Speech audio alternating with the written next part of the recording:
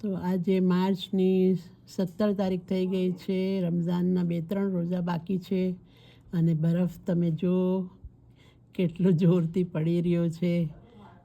March મહિનો આવી ગયો છે. 21 માર્ચના તો નવરોઝ છે, પણ બરફ તો બંધ થવાનું નામ જ નથી લેતો.